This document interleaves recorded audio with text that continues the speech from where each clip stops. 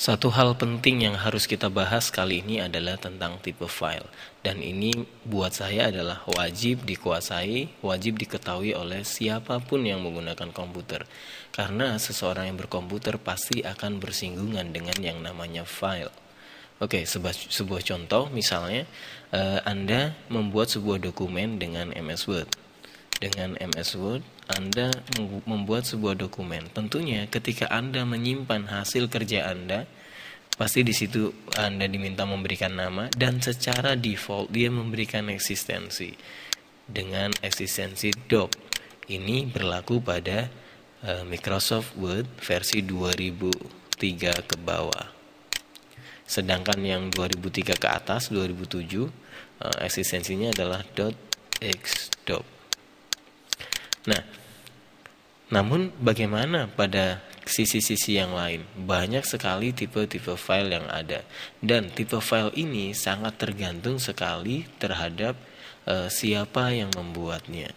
Maka tipe file bisa dikategorikan berdasarkan satu, yaitu berdasarkan software yang membuatnya.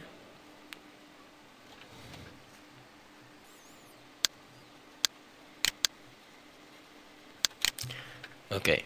Sebagai contoh misalnya apabila Anda menemukan Anda membuat sebuah ketikan atau sebuah naskah dengan menggunakan MS Word, maka secara default dia akan disimpan dalam Docs. Sekalipun Anda juga bisa menyimpan dalam tipe file yang lain. Misalkan Anda membuat sebuah dokumen dengan menggunakan OpenOffice, maka file yang dihasilkan adalah nama file dan eksistensinya adalah ODT. Dan tentunya icon dari sebuah dokumen, sebuah file itu akan biasanya mengikuti dari software developnya atau software pembuatnya. Contoh misalnya, di sini Anda bisa melihat bahwa ketika Anda membuat sebuah dokumen ini, Microsoft Office Word dokumen, dan ini bisa langsung dikenali ikonnya manakala di dalam komputer tersebut memiliki program yang bersangkutan. Tetapi seperti contoh di sini ada file yang bertipe ODT. Ini adalah sebuah file bentukan dari sebuah pengolah kata yang lain yaitu OpenOffice, disimpan dalam ODT. Oke, secara singkat sangat perlu sekali kita untuk mengetahui tipe-tipe file. Baik, untuk mempermudah saya akan kategorikan beberapa tipe file berdasarkan fungsinya saja. Oke, kita kategorikan berdasarkan fungsinya.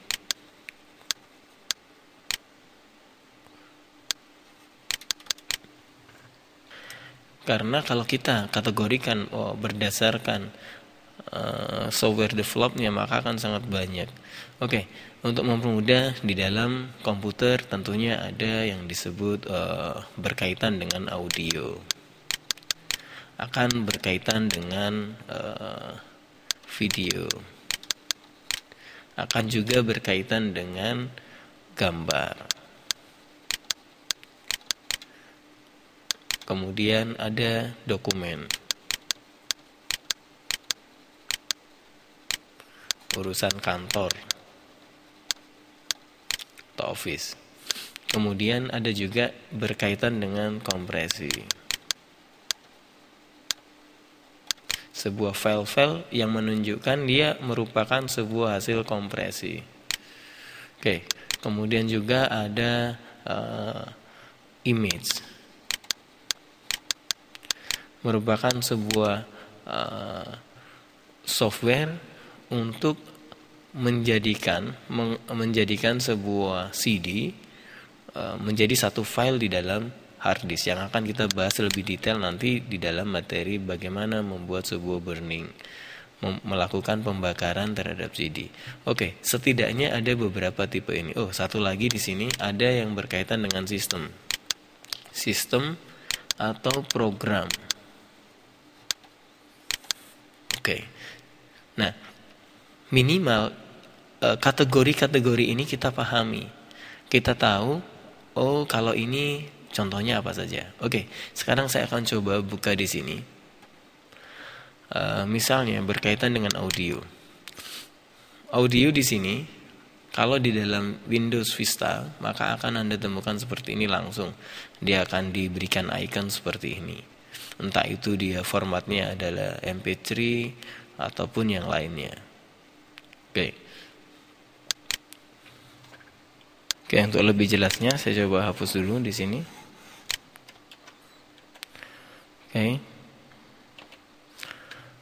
Sekarang tentang file audio. Ada banyak sekali file-file yang menunjukkan eksistensi atau menunjukkan fungsinya sebagai file audio, di mana Anda bisa mengenali dengan tanda eksistensi MP3 misalnya. Ini jelas-jelas merupakan sebuah file audio. Kemudian ada OGG AC3 yang biasanya merupakan file audio yang apabila kita pecah dari sebuah DVD. Kemudian ada MIT, ini merupakan file-file audio. CDDA merupakan sebuah file untuk CD audio. WMA, Window Media. Kemudian ada RMA yang merupakan bentukan dari real player. Banyak sekali, dan yang mendasar adalah WAV. Ini adalah file asli dari milik Windows. Contohnya adalah seperti ini. Anda bisa melihat di sini kategorinya adalah tipenya WMA, di mana di sini ditulis kepanjangannya Windows Media Audio File. Kemudian ini adalah format MP3, dan yang ini adalah format WAV, di mana format aslinya adalah format WAV, sedangkan yang lain adalah format kompresi dari format WAV. Karena itu WAV memiliki perbandingan kapasitas yang lebih besar ketimbang yang lain. Contoh untuk MP3 bisa misalnya dia filenya 60 mega, kalau ini cuma 6 mega. Seperti itu.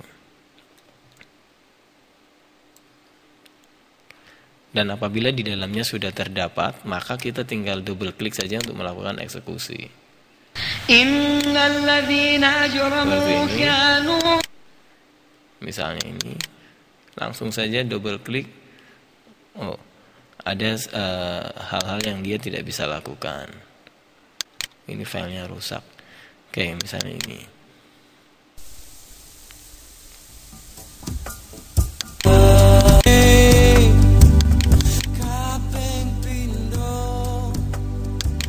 Dan pemutarnya juga macam-macam. Itu seputar tentang audio. Berikutnya kita akan mencoba mengenali tipe file dari yang memiliki fungsi video. Sekarang berkembang sekali, di mana pada awalnya adalah AVI, kemudian sistem kompresi berkembang sehingga macam-macam. Ada FLV, kemudian juga ini adalah keluaran dari flash video, kemudian ada MPEG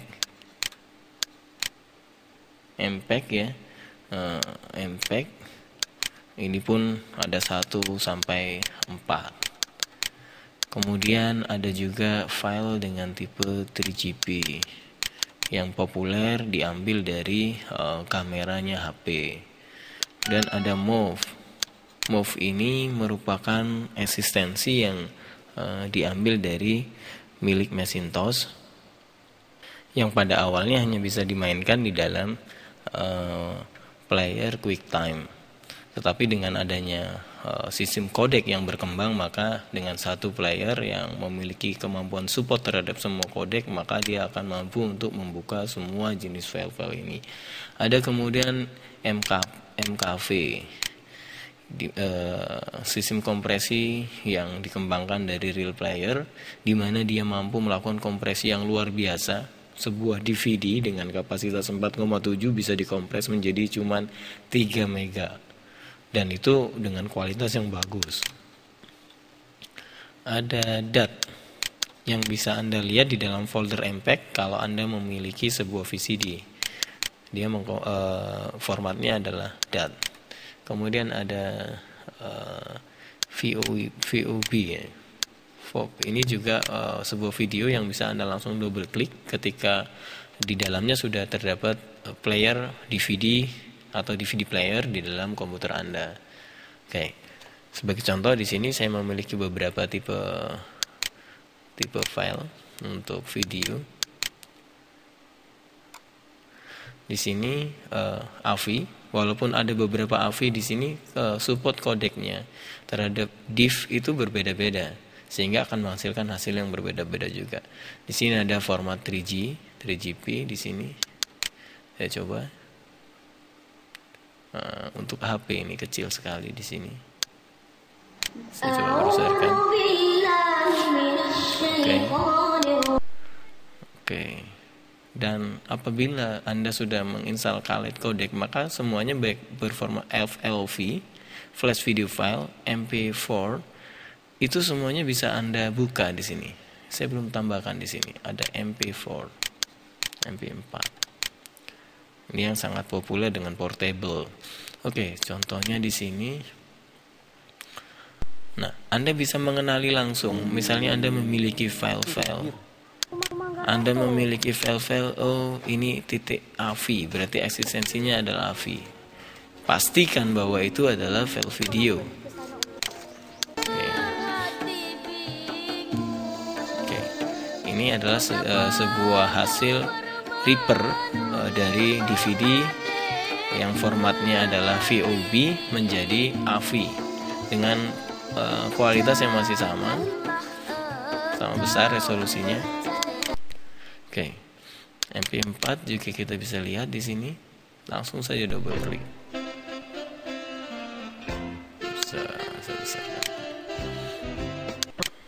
Mak pun dia buat main dokter. Oke. FLV, ini ada format MPEG. Kemudian ini FLV. Yang kesemuanya memiliki karakter dan sifat yang berbeda-beda, terutama pada sistem kompresinya. Oke, dan yang ini adalah VOB, adalah file dari sebuah DVD. Tentunya Anda harus memiliki player DVD itu. Oke, seperti ini misalnya. Dalam berpuasa ditemukan ketika Anda dan semua gambar itu atau benda itu.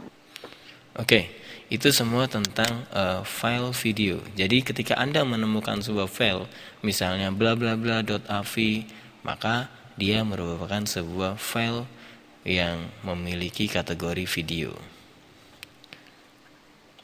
Berikutnya saya akan menjelaskan tipe file yang berhubungan dengan gambar, di mana ketika Anda menemukan hal ini, maka Anda sudah bisa menebak ini adalah file-file gambar atau grafis. Di mana saya ingin jelaskan terlebih dahulu, file gambar atau grafis dibedakan menjadi dua.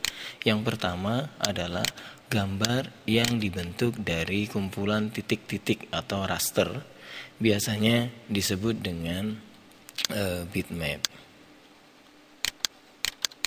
Oke. Dan berikutnya yang lainnya adalah sebuah gambar yang disusun dari kumpulan titik-titik atau garis-garis yang kemudian membuat sebuah pola gambar. Ini biasa disebut dengan vektor atau gambar vektoris. Adapun perbedaannya bisa Anda lihat sebuah contoh di dalam Corel Draw. Di sini saya akan tunjukkan pada Anda. Yang ini adalah sebuah gambar yang disusun dari garis-garis. Oke, seperti ini. Mungkin gambarnya serupa. Sedangkan yang di bawah adalah sebuah gambar bitmap yang terdiri dari titik-titik. Tetapi apabila Anda besarkan, maka Anda akan melihat sebuah perundakan di sini. Ini menunjukkan sesuai dengan keterbatasan resolusi yang dimiliki. Sedangkan gambar vektor, walaupun Anda perbesar seberapapun, maka dia akan tidak kehilangan detailnya. Dan satu hal yang membedakan, kapasitas filenya tidak lagi dilihat, tidak ada perundakan di sini. Kapasitas filenya tidak lagi dilihat dari besar kecilnya gambar yang dibuat, tetapi vektor kalkulasi besar kecilnya file terbentuk dari berapa banyak jumlah nodal, jumlah titik yang dibuat. Sedangkan untuk bitmap adalah seberapa resolusinya yang dibuat. Misalnya ukurannya sekian dengan ukuran yang kecil itu memiliki kapasitas yang lebih besar, yang besar tentunya. Oke, sekilas tentang grafis seperti tadi. Oke, untuk vektor tidak banyak, dan ini tipe-tipenya. Misalnya dari Corel, Anda bisa lihat di sini. Corel ini memiliki CDR eksistensinya. Kalau di sini tidak terlihat ya, di dalam XP Vista itu tidak terlihat eksistensinya, sedangkan di XP akan terlihat eksistensinya dot apa. Ini untuk memudahkan saja di dalam kita melihat. Seperti ini Corel Draw, maka dia dibuat oleh Corel Draw. PSD dibuat oleh Photoshop Image. AI dibuat dari Adobe Illustrator. GIF, TIFF, ini Anda bisa melihat dari sini, dari tipe penampilan dari tile, detail, list, atau yang lainnya. Anda lihat tile, maka Anda bisa melihat itu adalah kategori apa. Oke, vektor salah satunya adalah CDR. Kemudian ada lagi Adobe Illustrator dengan AI. AI, Adobe Illustrator. Nah, sedangkan bitmap ada banyak sekali, yang mendasar adalah BMP. Hanya saja kapasitas dari file ini sangat besar sekali, sehingga memunculkan ide bagaimana melakukan sebuah kompresi terhadap file BMP ini. Maka muncul yang nama JPG dengan sistem kompresi yang luar biasa dibandingkan dengan BMP. Kemudian ada TIFF. Asli dari TIFF ini keluaran dari Macintosh. Ada lagi TGA. Kemudian PSD merupakan file hasilnya Photoshop. Dan kalau kita memahami sesuatu yang spesifik seperti ini, maka akan sangat banyak sekali dan berkembang sesuai dengan software pengembangnya. Tetapi secara umum yang memiliki platform universal adalah JPEG, BMP, TIFF, kemudian GIF. GIF pun dibedakan, GIF yang dinamis sama yang statis. Ada GIF animasi, di mana dia bisa bergerak. Ada lagi kalau ini macam-macam. Kalau vektor lebih cenderung mengikuti pola siapa yang membuat. Misalnya XSF, buatan dari Sarah.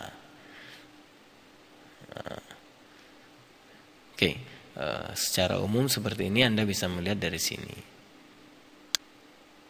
Ada PNG yang memiliki alpha, sisi transparan. Saya coba tunjukkan di sini. Dan semuanya bisa ditampilkan di dalam preview di sini. Ini adalah sebuah contoh GIF animasi, sebuah file yang bisa bergerak karena di dalamnya terdapat beberapa frame. JPEG, sebuah gambar dari JPEG.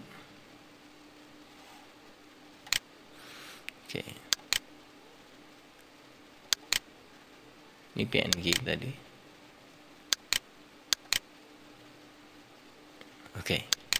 Anda bisa menyaksikan di sini, dan semoga Anda memahami, ini adalah file gambar, ini apa-apa, dengan mengetahui tipe file. Sedangkan yang lain yang berhubungan dengan dokumen,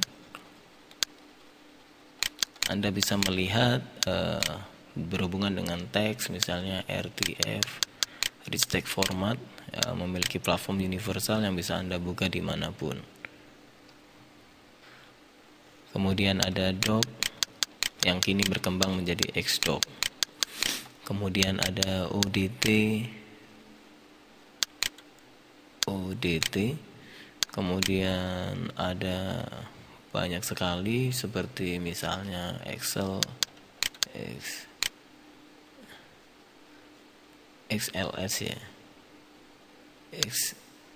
XLS begini, XLS, kemudian ada MDB untuk database-nya Access, banyak sekali HTML untuk dokumen-dokumen yang bersifat web, kemudian ada PDF, merupakan sebuah dokumen elektronik yang bisa Anda buka dengan Foxit atau dengan Adobe Reader. Banyak sekali tipe-tipe dokumen di sini. Kemudian yang penting lagi di sini adalah file kompres ya, kompresi. Sehingga sebuah file dimampatkan sedemikian rupa sehingga file itu menjadi kecil. Contohnya bila Anda menemukan sebuah file dengan eksistensi RAR. Artinya untuk membukanya Anda harus memiliki software RAR. Kemudian zip. Kemudian ada 7zip. Kemudian ada banyak sekali di sini ya. Ada PKzip. Nah, setidaknya ini adalah hal-hal yang Anda harus ketahui. Kemudian ada hal yang lain yaitu file system. File system biasanya dengan exe sebagai file program untuk melakukan sebuah eksekusi, untuk menjalankan sebuah program, diawali dengan exe. Dan Anda bisa menghati-hati ketika ada dokumen dengan sebuah software dengan icon dokumen kemudian diakhiri dan exe atau aplikasi, maka bisa jadi itu adalah virus yang menyamar menjadi dokumen. Kemudian Anda bisa melihat lagi ada MSI, juga merupakan sebuah sistem aplikasi. Ada DLL, data link library. Apabila satu file ini Anda hapus, biasanya ada yang berkaitan dengan software tersebut tidak akan bisa jalan karena merupakan data linknya, merupakan linking library-nya.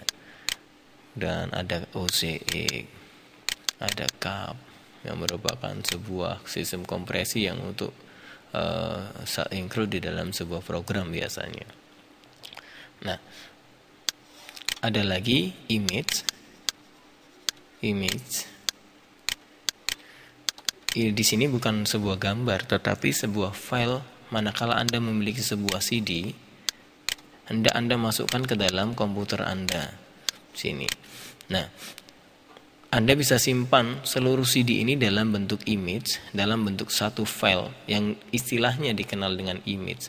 Anda image sebuah CD atau DVD untuk disimpan ke dalam sebuah komputer. Istilahnya adalah image, bukan gambar. Eksistensinya banyak sekali di sini. Ada NRG apabila Anda menggunakan Nero. Ada Bin. Ada MDF bila Anda menggunakan alkohol atau Phantom.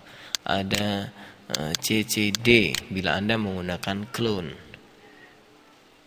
Dan ada ISO, merupakan sebuah file standar bila Anda menggunakan WinISO atau software Ultra ISO. Nah, pengetahuan tentang ini akan membawa kita untuk lebih fleksibel terhadap penggunaan komputer. Nanti saya akan jelaskan lebih dalam tentang image ini, fungsinya di dalam materi membakar CD atau mengcopy data ke dalam CD atau DVD. Anda bisa mengulang-ulang materi ini, mencoba-coba di dalam CD juga saya sertakan beberapa hal untuk pembelajaran. Anda bisa melihat beberapa tipe file seperti ini, misalnya ada PowerPoint, PPT ya. Kemudian Anda bisa melihat kompresi di sini ada WinRAR yang tipenya ada RAR. Kemudian di sini ada WinZip, tipenya adalah zip. Sistem Anda bisa melihat di sini ada tipenya aplikasi ya. Anda bisa lihat di sini. Ini adalah pembentuk keluaran dari mana, misalnya Goodsell Digital Media. Oke. seperti ini, image nrg hirenbutcd.iso. Oke. Demikian, nanti kita akan bahas lebih lanjut sesuai dengan tema-tema yang akan kita bahas. Semoga Anda tidak mengalami kebingungan di sini dan bisa mempraktekkan dengan banyak mengamati.